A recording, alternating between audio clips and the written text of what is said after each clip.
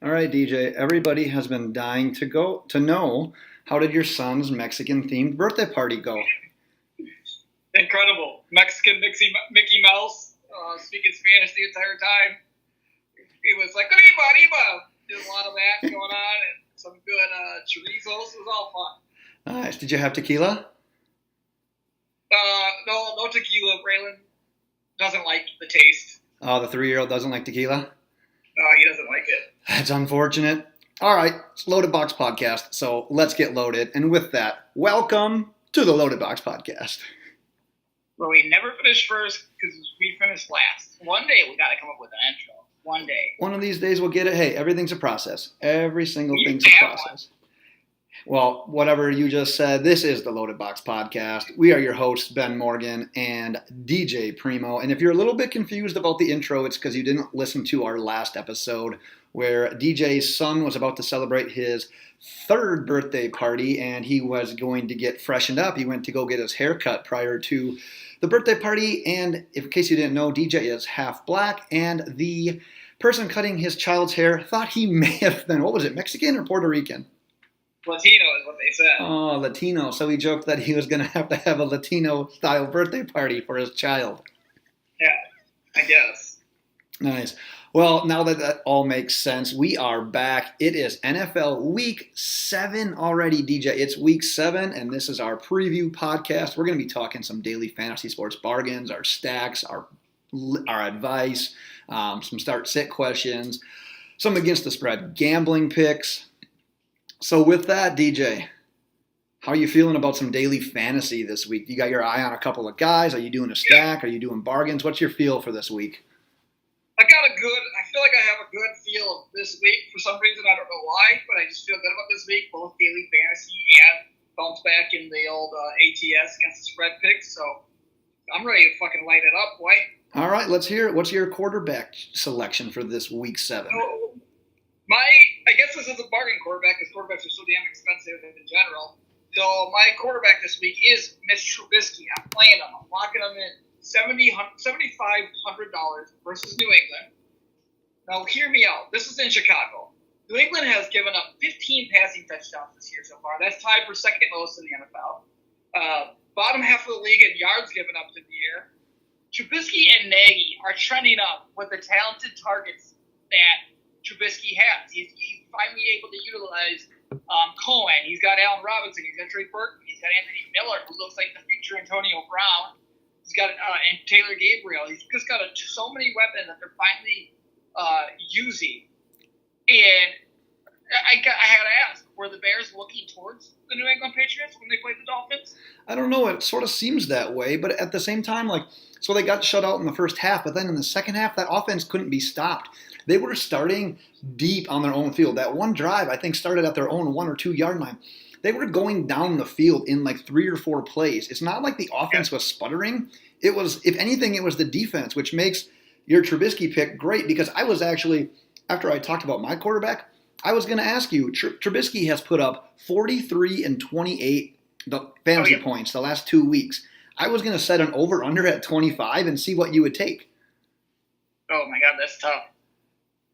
And it's 4 yards per passing touchdown? In FanDuel, correct. Or 4 points per passing touchdown. Yep.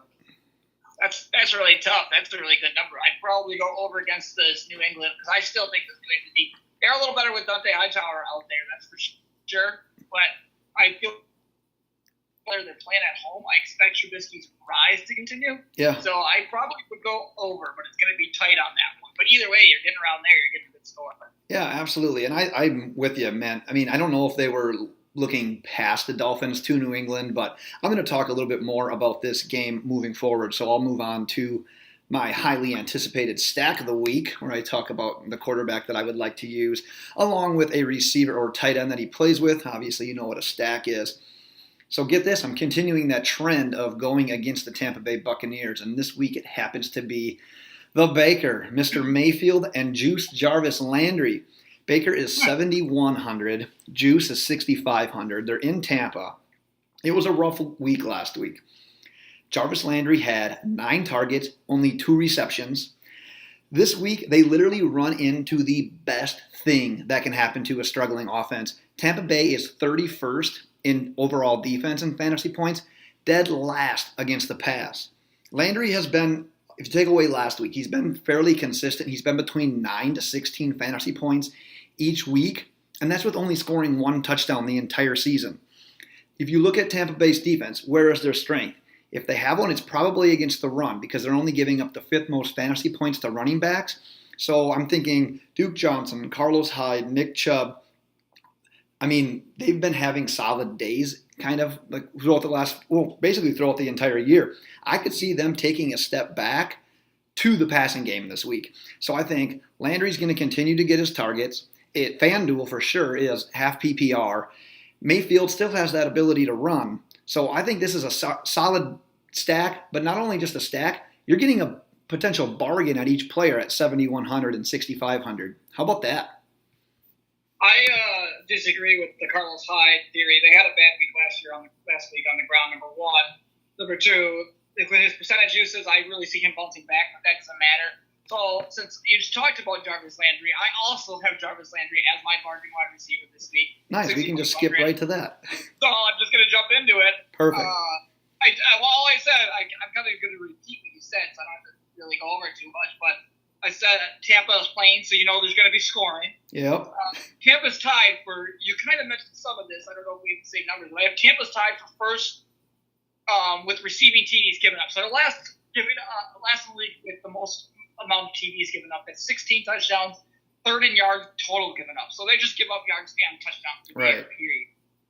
Baker struggled last week, and a young QB's best friend here, I think, would be his veteran slot wide receiver who he can rely on. Security so I see blanket. him trying to get back in the groove and going to a guy that's been there and knows that he can trust and trying to get his rhythm back. So I think he's going to pepper Jarvis Landry with lots of throws. Lots of targets. No, I'm obviously with you since he's my bargain stack of the week, so can't complain. I only have to agree. Well, let's flip the order since you did wide receiver. I'll talk about my receiver. I've got a bargain play this week, and he is $6,400 on FanDuel. It's Marvin Jones. Watching this, they play against the Dolphins, by the way, in Miami.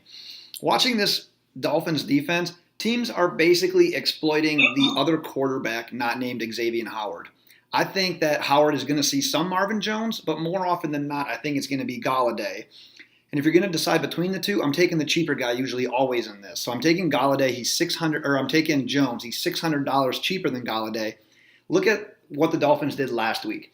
When Howard was covering Allen Robinson, Robinson didn't really even get looks. All they did was target Taylor Gabriel, over 100 yards. Anthony Miller, you talked about him. He did well. He found the hole in the zone.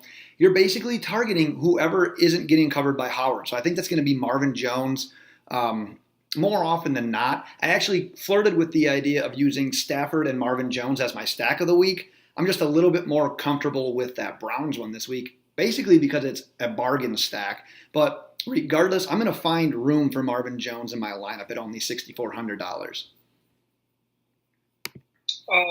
Who are they playing? Would you say they were playing? The Miami Dolphins, the 4-2 Miami Dolphins. There's a lot of guys against the Dolphins, I feel like. I got a good. Why would you think that? Why do you think they're still going to use Marvin Jones as their top wide receiver? I wonder why you think that Xavier Howard would be covering Galladay. They got two guys that I think they use more than him that'll be on the field with Colton Tate. Yeah, I could see it being a thing where Howard isn't shadowing a guy because they have these two guys. I think Howard's going to stay on his one side, and I think that the Lions will do a good job interchanging them. I don't think they're going to keep lining up the same guys everywhere. Howard's basically going to line up on one side, and they're going to line up Marvin Jones basically either on the boundary. Golden Tate's playing the slot more often than not this year. So he might be a good play. They've been targeting a little bit in the slot as well, but I'd prefer Jones because I think Galladay will see a little bit more of Howard, and he's $600 cheaper, so I'm going to go with the bargain guy. All right. Well, before we move on to running back, I've got a question for you on expensive wide receivers this week. So in FanDuel, the three most expensive are Adam Thielen, the guy's a machine. He's $8,700 at the Jets. Then you've got Michael Thomas, 8,600 at the Ravens, or DeAndre Hopkins, 8,500 at the Jaguars. Of those top three expensive, which would you most likely use this week?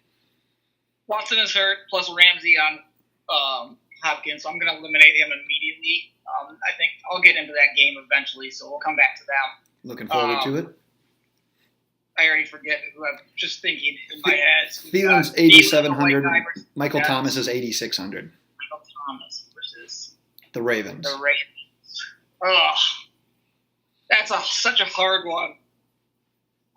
Saints are coming off a bye week, and for that specific reason, they are, right? Am I wrong? I think you're right. Yeah, they are. I think Michael Thomas. So for that specific reason, coming in the game plan against the Ravens, I'm going to lean Michael Thomas with the game plan. Plus, he's catching a ridiculous percentage of the passes coming to him. Drew Brees, one of the top fantasy wide receivers who I have on one of my teams this year. I'm going to lean him right now.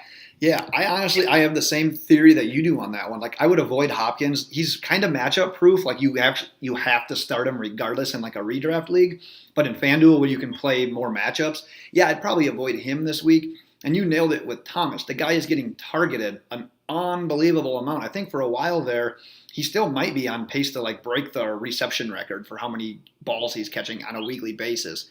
But I'm going to give a slight edge to Thielen in our against the spread picks. I'm going to talk a little bit more on that. Man, we just saw the Jets get toasted. Well, not toasted, but damn near toasted against the Colts. That was a super high-scoring game. And if you're giving me the Colts offense or the Vikings offense, probably going to take the Vikings. And until someone slows Thielen down, the dude's over 100 yards every game. I think a touchdown in 4 out of 6. He has been a monster, and I love it that he is the most expensive wide receiver on FanDuel. It's been a long time coming. Congrats to the man, Adam Thielen. That's who my pick. Also, I'm going to have to play statistical as a non-numbers guy. Statistics tell me that he's going to not continue to put up 100 yards, over 100 yards every single game. So if you're statistically thinking about it, it's got to end at some point. Yeah. Hey, that was my theory last week.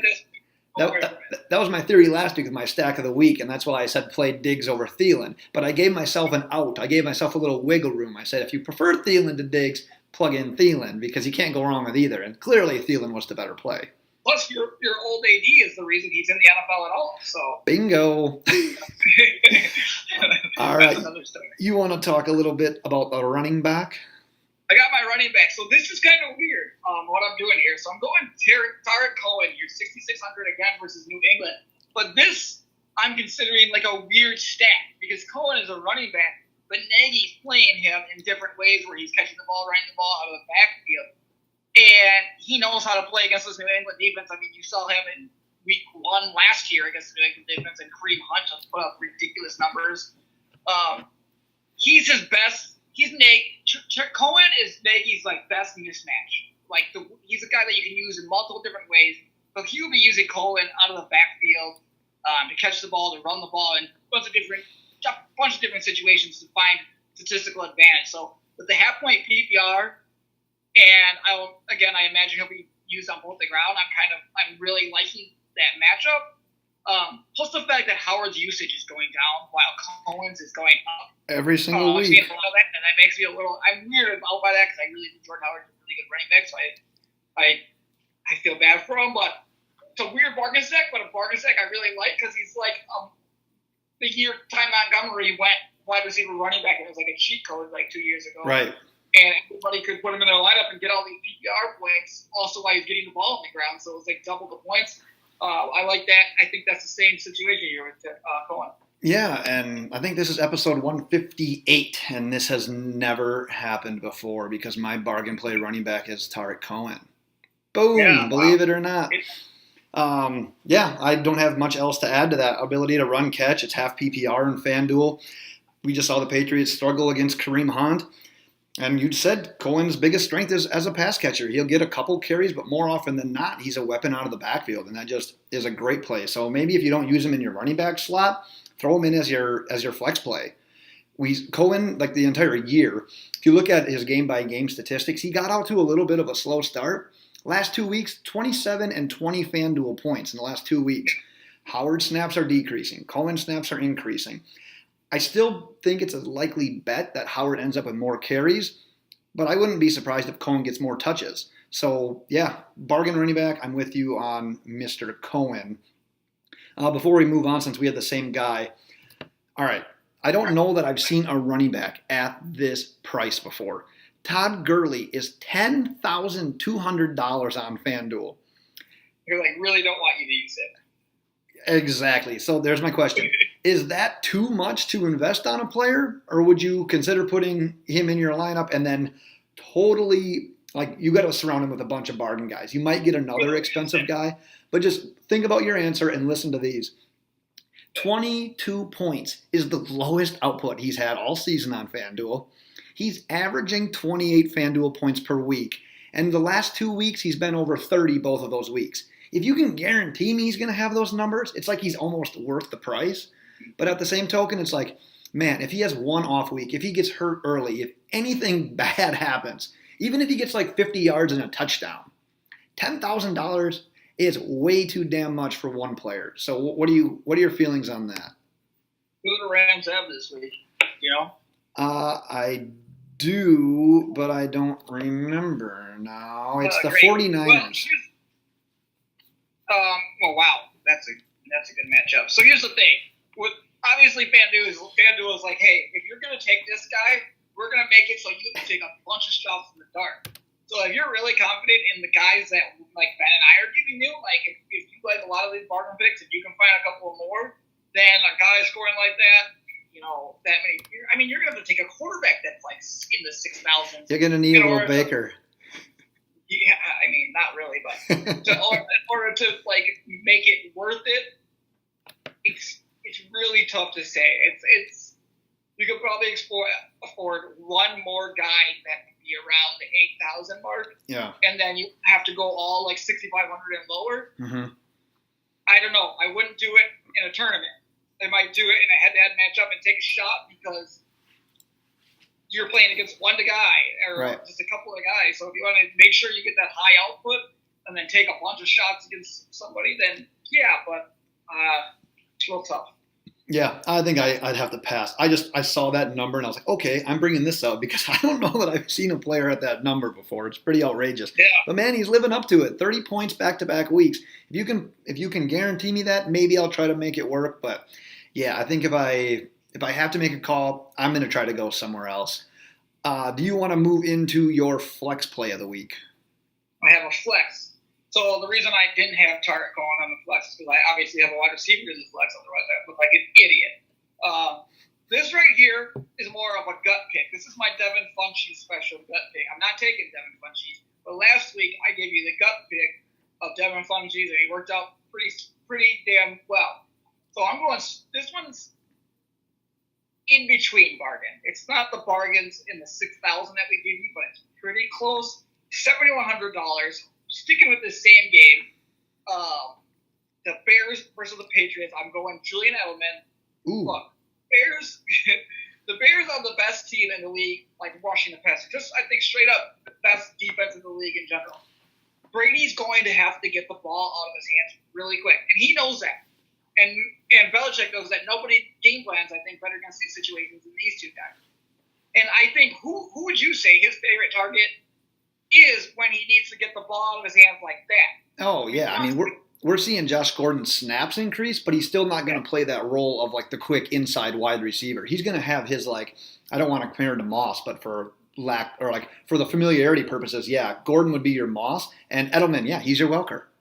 Yeah, Gronk needs his time to get open. Josh Gordon's an outside wide receiver. Edelman has always been his quick guy when he needs. Him and James White, honestly, will be I think the two guys that see a lot of targets this game. Because he's going to need to get the ball out of his hands to a swing pass to James White, or he's going to have to get it out on little in-out options for Julian Edelman, which he's always done his entire career.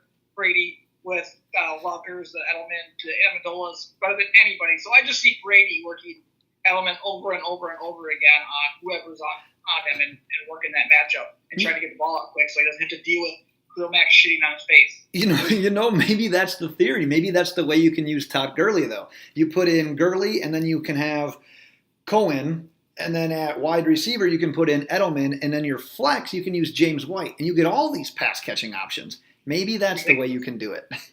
Yeah. All right, so I'm going to go into my tight end. Last week, I got a touchdown out of my tight end, and if you play fantasy football, you know that getting a touchdown out of your tight end is like Christmas, man. You are pumped. Oh, yeah. It's Christmas morning.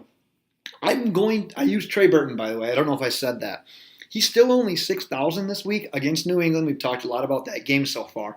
I would consider using him again. He'd probably be my play, but I'll throw out 3 more names just to give you a couple options. Kyle Rudolph, $6,000 at the Jets. OJ Howard, 5,800 versus Cleveland. And if you're not going to use my stack, if you don't want to go Baker Landry, then I would suggest using David Njoku, who finally had a nice little breakout game last week. Still only 5,700 at that pathetic Buccaneers defense. So not a lot of analysis that goes into those, but it's tight ends. It's a crapshoot. So use a bargain guy. All those guys are $6,000 and below. So that would be my theory.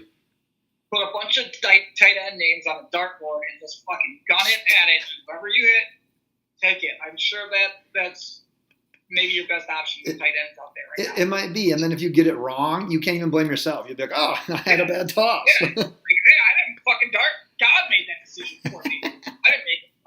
Fuck God is what you can say. This got real religious real quick. But you know what? Sometimes you guys got to put the blame on him. Put the blame on me? Before we talk against the spread picks, let's talk a little bit about Pristine Auction because they are a sponsor of this show and they have daily auctions packed with tons of stuff for your man cave. If you're a Green Bay Packers fan like DJ, if you're watching on YouTube, you can see some real cool stuff behind him for his man cave. You can be like that. Get some jerseys, get some autographed helmets, get whatever it is. Hey, guess what's coming up?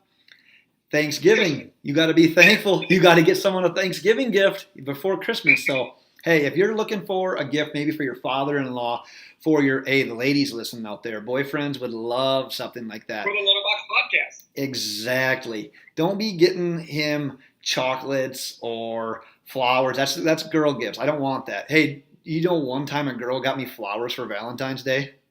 I want to pee on them. That was the worst Valentine's Day of my life. We'll save that story for another Valentine's Day. But go to pristineauction.com. That's Pristine auction.com. Load up on that man cave gear. When you register, make sure in the How Did You Hear About Us section, mention the Loaded Box Podcast. Give us a shout out because we're giving you this great advice. Not only where to go shopping for the holiday season, but also how to make money to pay for those gifts with our Against the Spread picks, with our daily fantasy picks. And that's that, pristineauction.com. So, DJ, let's talk about not necessarily winning money this last week, but man, you dropped 11 units after saying how confident you were. You were saying you were going to go undefeated. You proceeded to go defeated. An 0-3 record, minus 11 units. How are you feeling heading into week 7? You know what? Everybody's still up $150 million. We'll improve from there. It's not a big deal. I'm not worried. This week is a great slate. I took a little bit of a different. Took a little deeper dive, looked really deep into my soul. Laid on my couch for a little bit this afternoon. I didn't have to work all day. I just really dug deep into myself, and I was thinking, like, you need to pull this together. I did a little meditation. I did some yard work. And then I came back in. I said, let's lock this shit down. My mind's in the right place. I'm sober right now because I'm not drinking. Let's get it back, boys. I'm gonna get you back up to over 25 units again here. Oh my gosh. So I looked at this week, and last week I said how confident I was. I had 9 units in play. I backed it down to 6 units this week, and I like my games, but I'm not near as confident as I was last week. Despite last week, I mean, the results weren't really there for me. I went 1, 1, and 1 for a minus 1 unit, so I was basically a wash. But hey, you got a clear mind. You're sober, allegedly. So let's see what you got. What is your first play this week against the Lions? All right. Well, I am giving the maximum amount of units you can do this week. So that's about 12 units if I'm counting my math correctly. I'm not fucking around. I'm pissed. You lots of guys will lose, they'll shy away. I'm going to do 3, 2, 1 units. I'm a little bitch. No, I'm going to come back and I'm going to come full force at these fucking bookies. And this is where I'm going to start here. I've been talking about this game, so let's just go back into it. Bears versus Patriots. I am taking the Bears +3 for 4 units at home against the New England Patriots. Now listen here, folks. You're like, oh, it's the Patriots. The Bears look bad against the Dolphins. The Patriots beat the Chiefs. I love it. I love it when a good team plays a really tough game the week before that you get all hyped for and then has to travel the next week. I can't help but to fade. Like, every game I've seen this from week to week this year, it seems like a trend, so I'm going to jump on it. I can't help but to fade the Pats as that kind of letdown game if they really went all in on the Patriots, Chicago plays really well at home on their shit field, so that should be an advantage to them. And that's one team, I feel like that's the one team besides the Jaguars, I said it's one of 2 teams, that can consistently get pressure on Brady. So I think the Bears actually go in and they win this game outright. I wish they wouldn't, but I think they go in and win this game outright, or stay in and win this game outright. Dude, we are on the same vibes this week. Not only are we both using Tariq Cohen in FanDuel, but we are both betting on the Bears against the spread. Can you believe it? Wow. I didn't think you would do it. Yeah, I'm only doing 2 units on it, though. You talked about the Bears are coming off of that heartbreak. Pats are coming off of a back-and-forth win that probably took a lot out of them. Bears D has been strong all year until last week. They gave up 100 yards to Gore. They gave up 350 passing yards to Brock Osweiler. They had no sacks the entire game. According to Pro Football Focus, that was the worst game in Khalil Mack's life. Can you believe that? Like, you don't think he's going to come back and just try to headhunt, especially against a guy like Tom Brady? I'm expecting a huge bounce back week out of that defense. We talked about it. I think the offense is already there. Also with the Patriots, I do think their offense is starting to come around. They got off to a slow start where everyone was questioning Brady and Belichick and the offense. Don't need to worry about that. But this game might be a little bit of a stumbling block if that Bears defense can re-up and get where they were a couple of weeks ago. So, I mean, we both talked about it. We both have the same kind of deal about this. I think Matt Nagy, you talked about him, the Bears coach. He did a great job of exploiting the Dolphins' weaknesses. I think he's going to try to do the same thing against New England. I really wish I could have gotten the hook on this. If I could get Bears 3.5, I'd bump it up a unit. But since it's only at 3, I'm going to keep it at 2 units. Check out this bit of wisdom I literally just came up with right now. You can play 100 great games, but one of them has to be your worst. Yeah, that's a wise man once said that, and that wise name was you. Yeah, that was genius. So, just let that soak in while I go into my next bit. One of those games has to be your worst. You're dead right. Yeah, all right. I'm freaking genius. So, my next game here, I'm sticking with that Sunday night football game from last week, all right? I'm fading those 2 teams. I got the Bengals +6 going into Kansas City. I'm going 3 units on here. Again, going back to that game. I expect a fallback after such a hype game versus New England. You put so much in there, and you consistently see teams just I don't know, they play like they're in mud, they play slower, they don't have as much hype, they got so hyped for the game. I know it's a week later, but it just happened. So I believe you see a lot of struggle. I think this will be the game. I know the Bengals don't have a great defense, but I think you're going to be surprised to see that you see a lot of struggle out of Mahomes. I think this will be his biggest struggle of the league so far. And I just don't think going forward he's going to continue this trend, but I've said that over and over again, so I'm just going to keep going with that until I'm right. Bengals with a road upset, and I've got a score prediction for you, 31-21. 10-point victory with a 6-point dogs. Yeah, I think if there was ever a week in fantasy where you've been waiting for a bit of a payoff, if you have a guy like A.J. Green and Joe Mixon, I think obviously you're running into the Chiefs. This is perfect timing for those kind of guys. So I'm with you on that. What was the spread you had on this? 6 points, and I did that just this afternoon, so I'm right. Yeah. So if that's the spread, if I'm picking a side, it's not one of my plays, but if I'm picking a side, I'm with you in that game. Bengals, I mean, they've got to be pissed off after losing to the Steelers the way they did, blowing that at home. I know it's a brand new week because the Chiefs are pissed off as well, losing to the Patriots and Tyreek Hill getting beer thrown in his eyes. Good thing he has that visor. But besides that, I mean, yeah, if I had to pick a side, I'm probably with you on that one. My next play. This is my second game. All right, it's my third week in a row. I believe I'm sticking on my train. I said the Vikings are going on a mini run here. They're -3 at the Jets. 3 weeks ago they beat the Eagles. Last week they beat Arizona. Now they finish it off with the Jets. As long as this stays under 3.5, I'm putting 2 units on it. Nice thing about the Vikings, we finally saw them run the ball last week. Murray had over 150 yards and a touchdown. The team combined for almost 200 yards on the ground. So that's nice they got that going. But if you look at the Jets' weaknesses, it's the pass defense. They allow like 270 passing yards per game. Thielen's guaranteed for 100. Diggs has the potential to go off at any time whatsoever. All right, go back to last week now real quick. I bet on the Vikings. It was 10. I got the push. But if you look at the Vikings defense, it's improving. They gave up 17 to Arizona, but technically they really only gave up 10 because one of the touchdowns was a defensive touchdown. So I'm not putting that on the Vikings. So we saw this Vikings defense get off to a slow start. Only giving up 10 in an NFL game is legit. So I think they're starting to really show some improvement on defense. Look at the other side of the ball here. So you got the Jets. They exploded versus the Colts. But we've seen the Colts defense really come back down to earth. I think over the last 3 games, they've given up like 37, 38, and 42 points after they kind of tricked us for a while there. That defense is what we thought it was, which is basically hot garbage. I don't mind what Sam Darnold's doing right now. Bilal Powell and Isaiah Crowell are doing fine in the backfield. Robbie Anderson is hot every 4 weeks. But I think this defense is going to be able to do enough to limit them. I don't see Darnold and the Jets defense being able to stay in this game long enough against a good Vikings defense who they've got the ability to score points on offense. And with their defense improving, I just don't see the Jets hanging. Like I said, as long as it stays below 3.5, I'm going to take it for 2 units. So I actually was going to put this game on my sheet, but I was going to put it on the opposite way. I am leading the Jets here. There's a couple of things. I think the Vikings -3 to me, I don't care if they're on the road.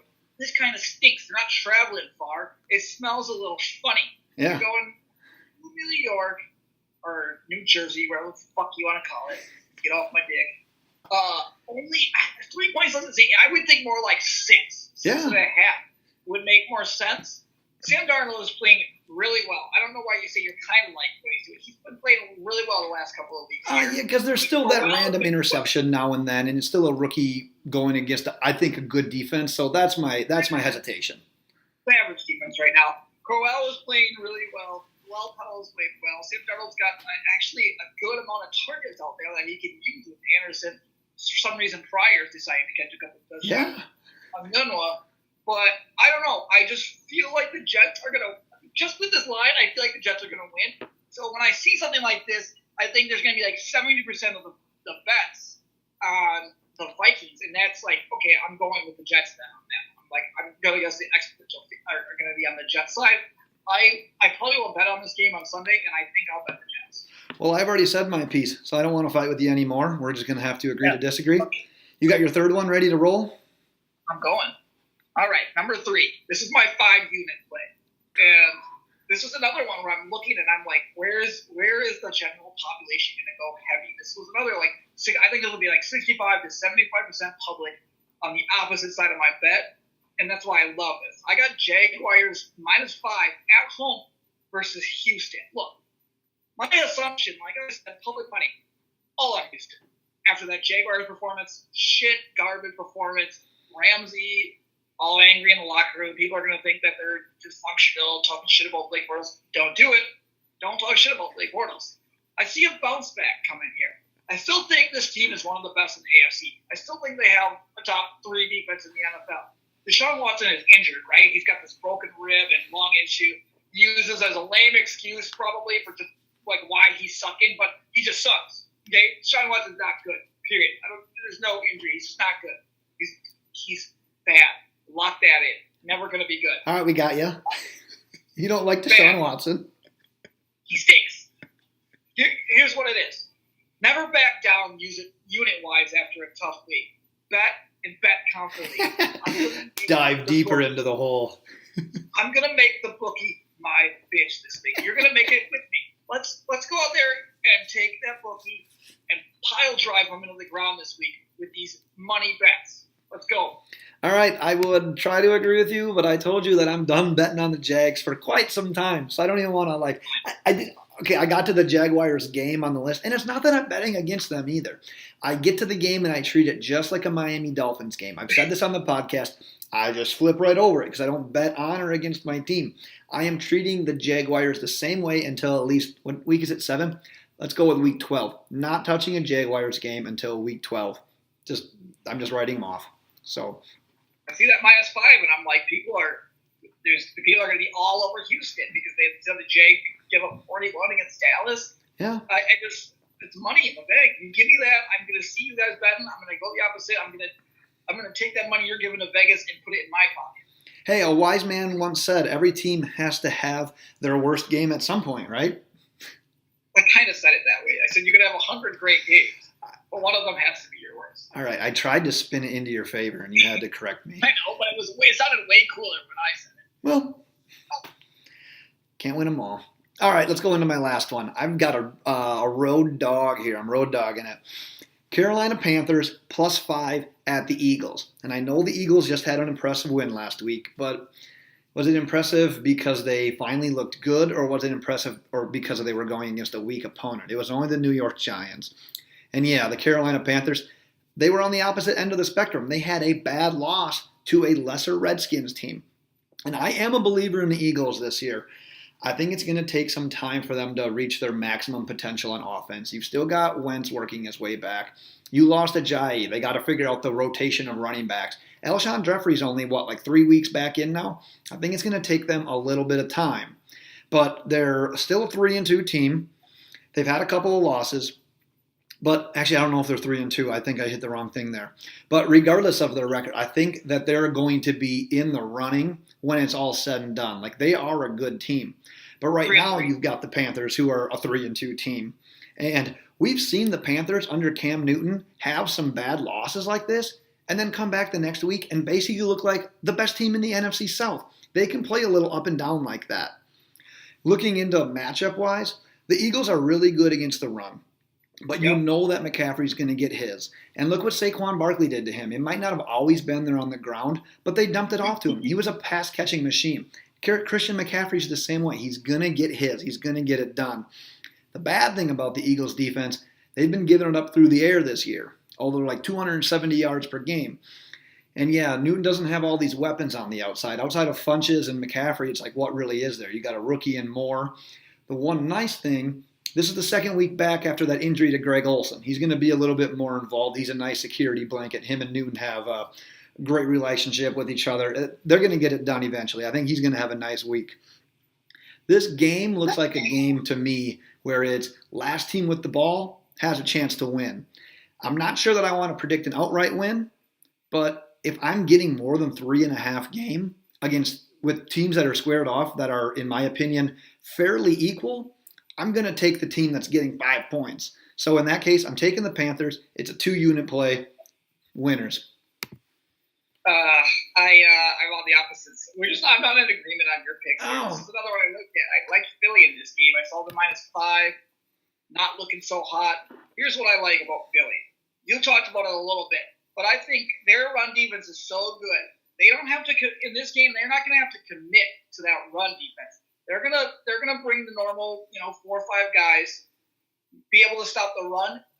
They'll be able to commit to the pass, run a lot of zone, not have to get the best pass rush every time, because Cam Newton is historically not good when he's not getting rushed. He's better when there's people actually getting to him, when he's getting pressure.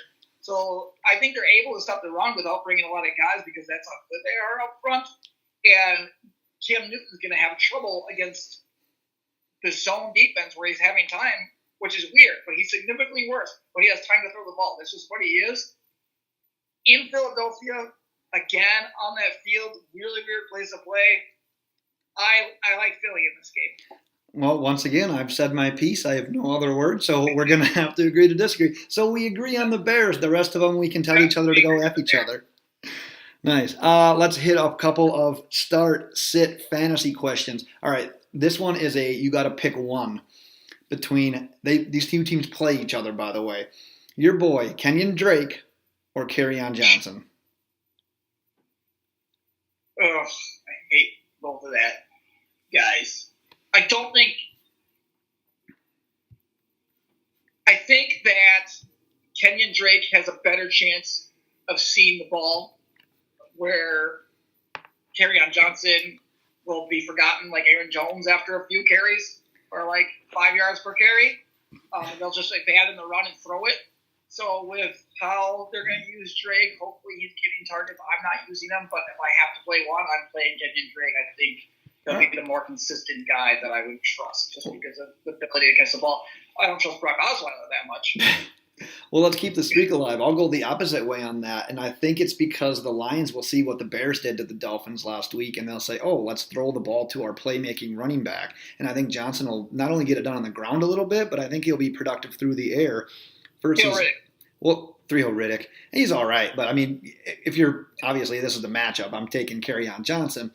The thing about Drake is Frank Gore is still like getting more of the carries when they matter, and he's not getting targeted out of the backfield as much, which kind of sucks for Gore owners, but he's getting the bulk of the carries, and I think it's because Gase has finally realized, hey, on first down, we need a guy that's going to fall forward and grab a couple of yards, and Kenyon Drake is trying to bounce everything, and he's getting clogged up, so they've been turning a little bit more to Gore, who's finding the hole, falling forward, trying to get 4 or 5 yards on first down.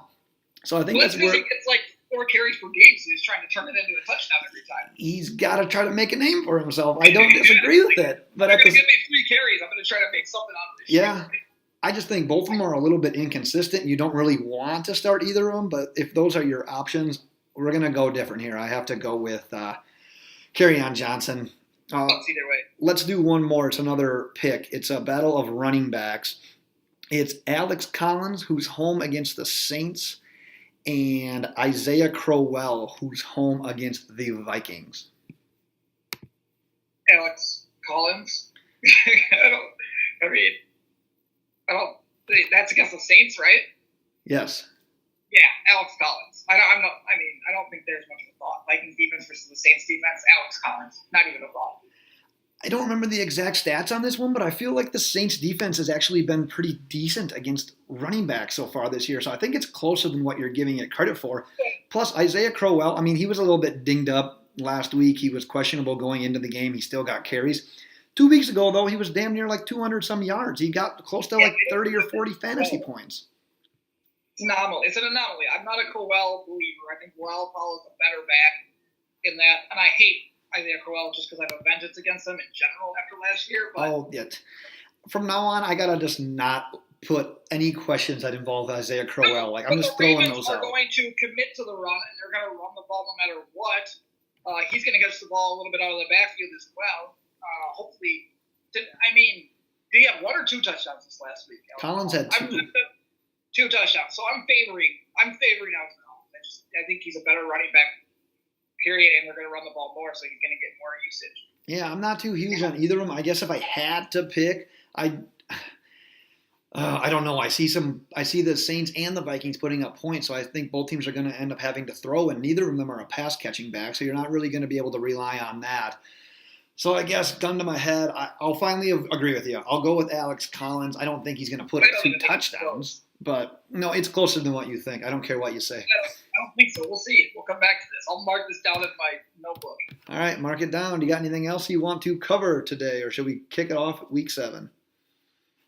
Well, get going, baby. I want the year to slow down. Like when I hear you say week 7, that makes me a little scared. It hit me, man. I was like, week 6. I'm like, all right, we're still early. It's only one game, but something about the number 6 and 7 makes it feel like, holy shit. It's like a mid-season depression, like, shit, we're getting close to the end. I like Sundays and I want them to come, but the faster they come, the faster the season's over. And then come February, I literally have to just, like, try not to kill myself until the end of March. Yeah. I literally have to be like, don't do it. Do not commit suicide. You gotta put like a note on the fridge and read it every day. Yeah, so, basketball will be here. NCAA tournament will be here soon. Yeah. So the crazy thing, if you think about it, so obviously there's 17 weeks in the NFL schedule, but in fantasy, your championship's being played 16. So that means you're going into the playoffs probably week 13 or 14. So if you think about it that way, we're halfway through the fantasy regular season. You got to start making moves. Making moves. I'm doing all right, so I'm fine. I'm happy. Yeah, I'm happy with where I'm at. Yeah, I'm content. I'm content with a lot of stuff right now. So, well, thanks as always for listening. Check us out on Twitter at LoadedBox. Website is loadedboxpodcast.com. Make sure you check that out for our latest blogs and podcasts and everything else that's great in the world. Our next episode will be back Sunday night, recapping all of the action from Week 7 in the NFL. We're available on iTunes. We're available on Google Play and YouTube. And I think that's about it. We're almost on Spotify, so make sure you tune into that once we get that figured out. But until then, have a great night, and DJ, send us away. Bye.